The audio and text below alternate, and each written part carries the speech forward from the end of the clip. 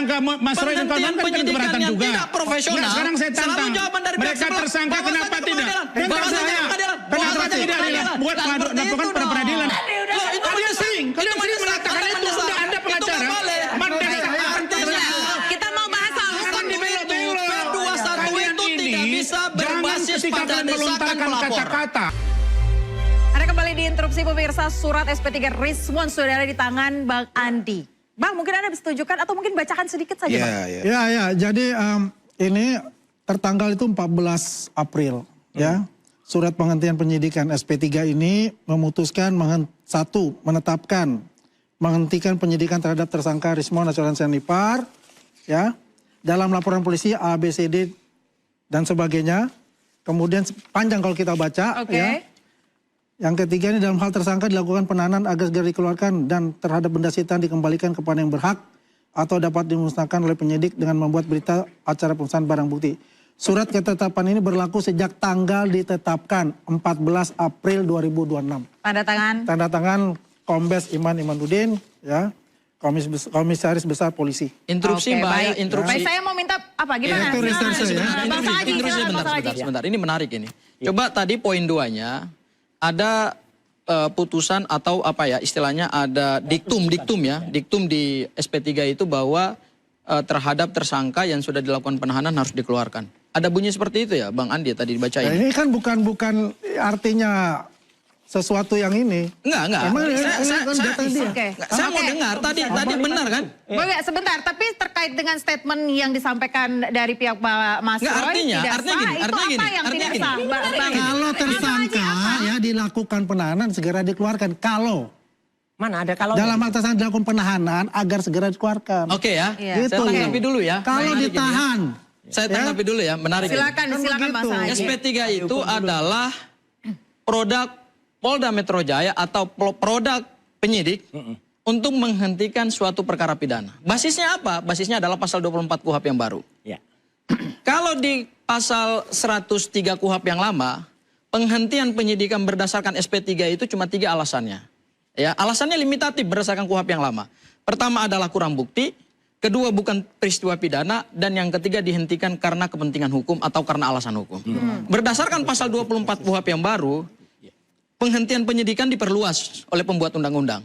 Di antaranya salah satunya adalah adanya permohonan restoratif justice, adanya daluarsa penuntutan. Nah, saya menarik ini di poin yang kedua nih.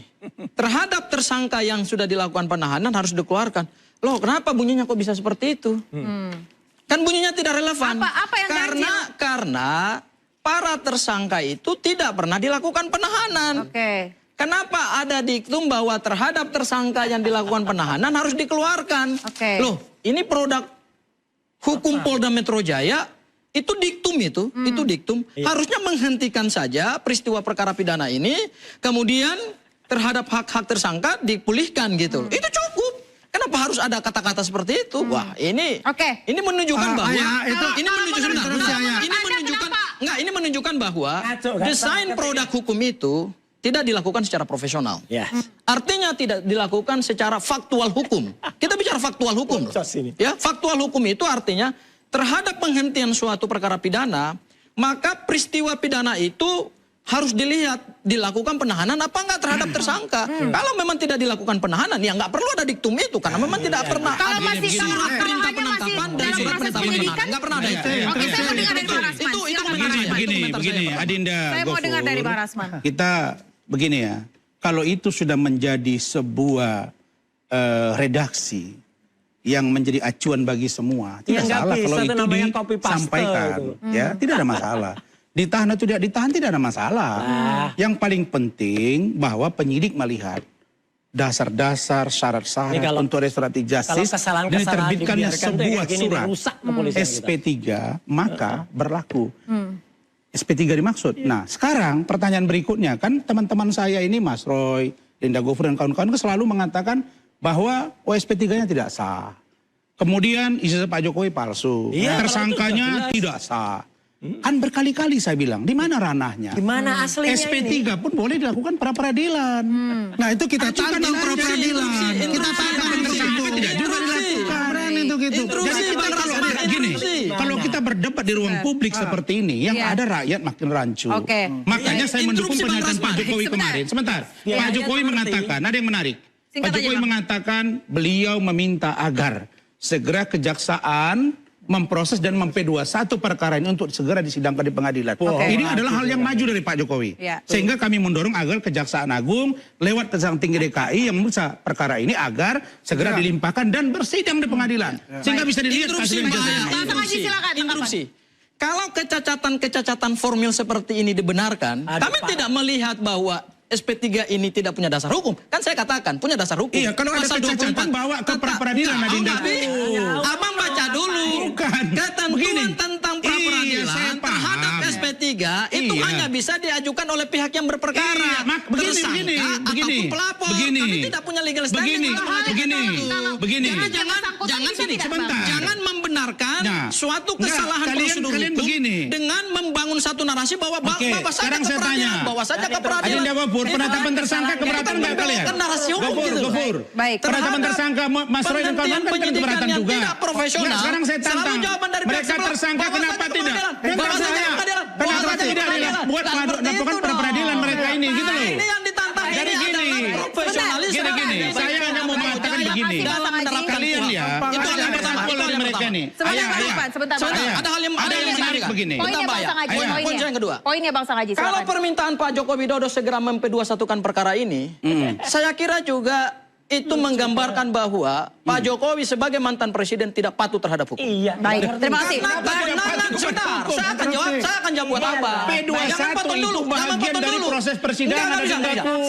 Jangan potong saya dulu. Bahwa itu tinggal selangkah ke persidangan. Saya jelaskan buat abang, supaya abang paham konsep hukumnya. Begini.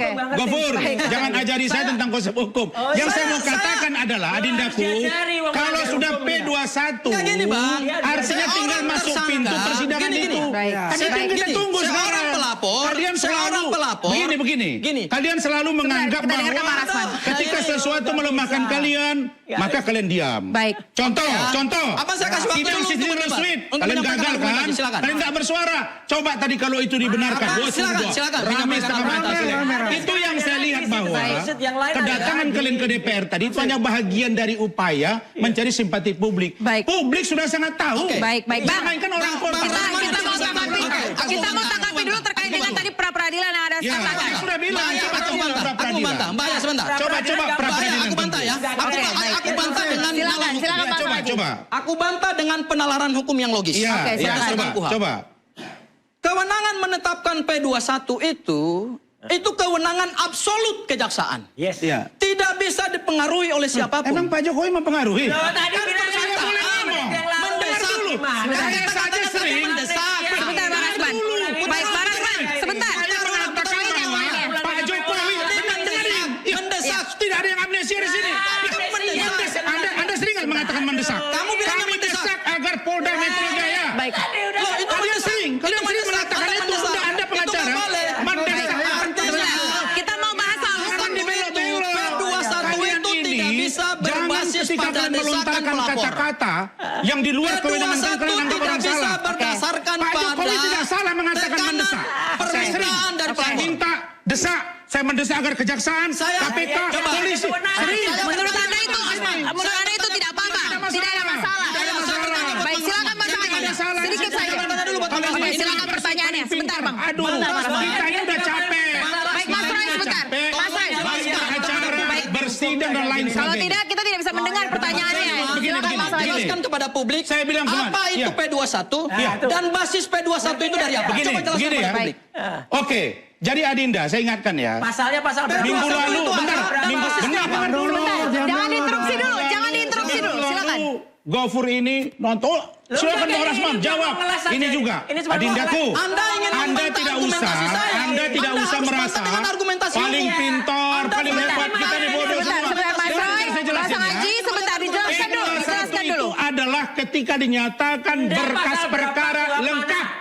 Oke, jelas ya? Lengkap secara administratif. Baik. Baik, kita akan dengar. Dengarin. Baik. Abang-abang, kita akan dengarkan tanggapan dari Bang Andi Azwar setelah ini. Kalau dinyatakan sudah lengkap semuanya, barulah masuk tahapan P21 tahap 2. Baik, abang-abang narasumber, pemirsa di tengah perdebatan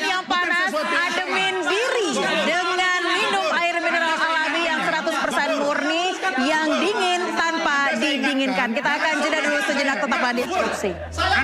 Anda saya minta stop bicara.